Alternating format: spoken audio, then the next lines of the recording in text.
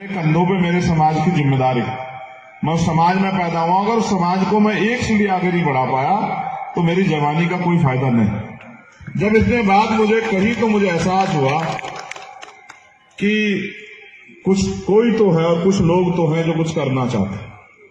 तो मुझे उस दिन बड़ा गर्व हुआ कि एक साथी तो तैयार हो गया है जो अपने समाज को धोखा नहीं देगा, जो अपने समाज को पीछे नहीं जाने देगा।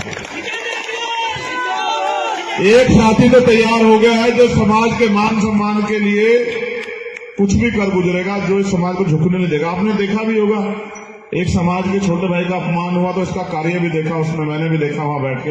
मैं मना करता रहता हूं, गुस्सा अच्छा नहीं होता, मगर ये उस दिन गुस्सा हो गया, फिर चला गया। फिर मैंने कहा कि ठीक है यार, कभी कभी स्वाभिमान सम्मान की लड़ाई में प्रदर्शन भी करना पड़ता है कि सामने वालों को एहसास हो। राजस्थान में तो बहुत वीडियो बनती हैं, जबरन वीडियो बना बना के प्रदर्शन करते हैं कि देखो ये तुम्हारे समाज के हालात है।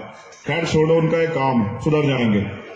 एक और बहादुर शेर जो है, जिसकी मैं प्रशंसा जितनी करूं कम। पहली बार मैं झूठ नहीं बोलता हूं, दूसरी बात मैं चापलूसी नहीं करता हूं। अगर ये गलत होते मैं दोनों के लिए नहीं बोलता। देखो मैं साफ आदमी, मैं समझता हूं आने वाले 5 साल में, मैंने आज अपने साथियों से भी कहा था, फिर दोहरा रहा हूं, एक ऐसा राष्ट्रीय लीडर जिसकी छांव में समाज अपने आप को जैसा पिछले 100 साल में सुरक्षित महसूस नहीं किया, महसूस करेगा, मेरी गारंटी है, याद रखना। और मैं आपको ये नहीं कह रहा हूं कि इसको नेता मैं बना रहा हूं, नहीं, वो अपने काम से नेता बन रहा है। आज अगर मुझे दिल्ली में जरूरत होती है ना, मुझे कोई समस्या होती है तो मैं इनको फोन करता हूं कि भाई हिमांशु जी एक परेशानी होगी, जरा फोन कर देना।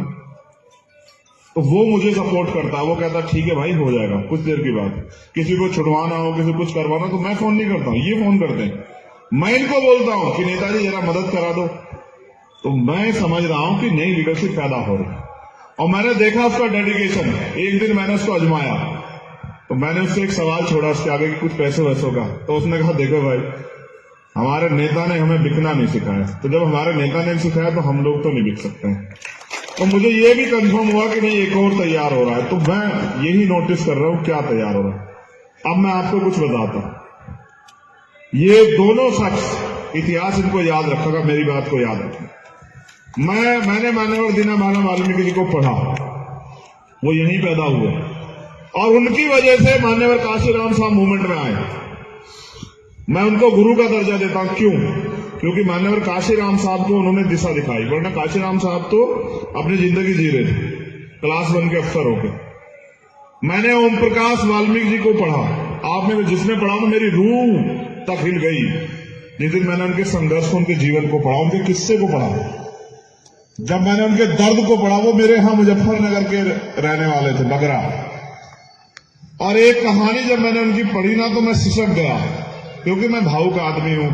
अपने लोगों को अन्याय अत्याचार में देखा मैंने, तो मुझे तकलीफ होती है। मैं अपने समाज के दर्द को अपना दर्द समझता हूं, अपने दर्द को तो मैं कुछ नहीं समझता हूं, क्योंकि मैं समझता हूं तो आता जाता रहता, वो कुछ नहीं होता है। मैंने जब उनकी किस्से और उनकी जीवनी पढ़ी, उनकी आत्मकथा, झूठन के रूप में उनकी कहानियां पढ़ी, तो मुझे तकलीफ हुई कि हम कहां थे और आज हम कहां। आप एक बार महसूस करके देखो कि अब से 100 साल पहले हम लोग कहां थे। क्या हम पे मंच था? क्या हम पे आशा बहन जैसी बहनें थी? क्या हम पे बोलने के लिए माइक था? क्या हमें ये आजादी थी? हम ऐसे थे जैसे गुब्बारे, हवा इधर से आई तो इधर हिल पड़े, इधर से आई तो इधर हिल पड़े, ऐसे ही तो थे। हमारा कोई वजूद नहीं था, हम गुलाम थे। जिसको जो मनाए हमें वो कहता था, जिसको जिस मन से आए हमें सींचता था, जिसको जो मनाए उस डंडे से हमें हाँकता था।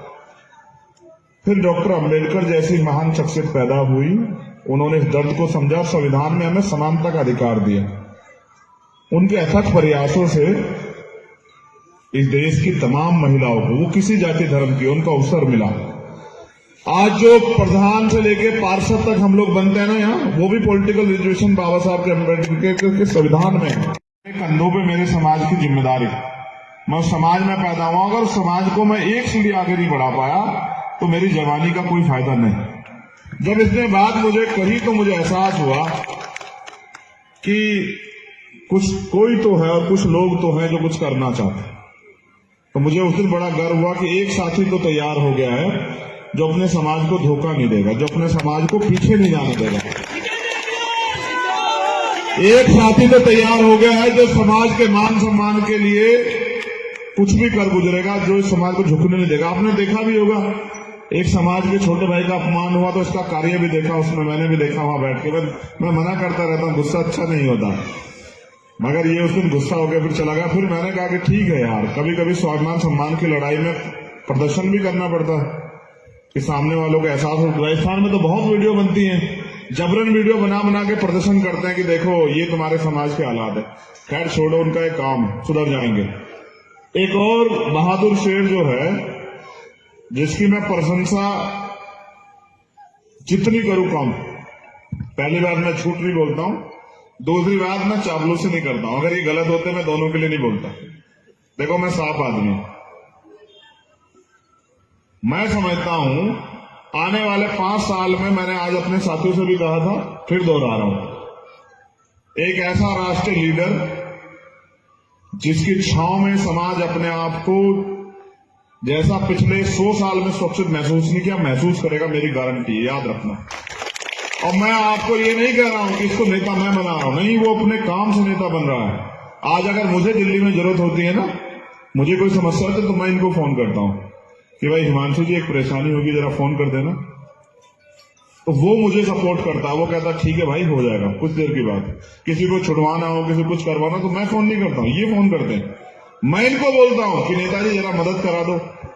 तो मैं समझ रहा हूं कि नई लीडरशिप पैदा हो रही है, और मैंने देखा उसका डेडिकेशन। एक दिन मैंने उसको आजमाया, तो मैंने उससे एक सवाल छोड़ा उसके आगे कि कुछ पैसे वैसों का। तो उसने कहा देखो भाई, हमारे नेता ने हमें बिकना नहीं सिखाया, तो जब हमारे नेता ने सिखाया तो हम लोग तो नहीं बिक सकते हैं। तो मुझे ये भी कंफर्म हुआ कि नहीं, एक और तैयार हो रहा है। तो मैं यही नोटिस कर रहा हूं क्या तैयार हो रहा है। अब मैं आपको कुछ बताता हूं। ये दोनों शख्स, इतिहास इनको याद रखेगा, मेरी बात को याद रखें। मैंने मानव दीनदयाल वाल्मीकि जी को पढ़ा, वो यहीं पैदा हुए, और उनकी वजह से मान्यवर काशीराम साहब मूवमेंट में आए। मैं उनको गुरु का दर्जा देता हूं। क्यों? क्योंकि मान्यवर काशीराम साहब को उन्होंने दिशा दिखाई, वरना काशीराम साहब तो अपनी जिंदगी जी रहे थे क्लास 1 के अफसर होकर। मैंने ओम प्रकाश वाल्मीकि जी को पढ़ा, आपने जिसने पढ़ा तो मेरी रूह तक हिल गई जिस दिन मैंने उनके संघर्ष को, उनके जीवन को पढ़ा, उनके किस्से को पढ़ा। जब मैंने उनके दर्द को पढ़ा, वो मेरे यहां मुजफ्फरनगर के रहने वाले थे, बगरा।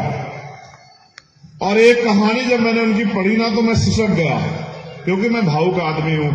अपने लोगों को अन्याय अत्याचार में देखा मैंने, तो मुझे तकलीफ होती है। मैं अपने समाज के दर्द को अपना दर्द समझता हूं, अपने दर्द को तो मैं कुछ नहीं समझता हूं, क्योंकि मैं समझता हूं तो आता जाता रहता, वो कुछ नहीं होता है।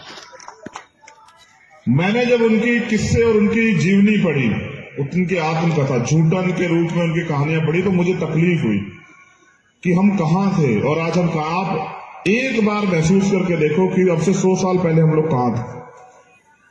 क्या हम पे मंच था? क्या हम पे आशा बहन जैसी बहनें थी? क्या हम पे बोलने के लिए माइक था? क्या हमें ये आजादी थी?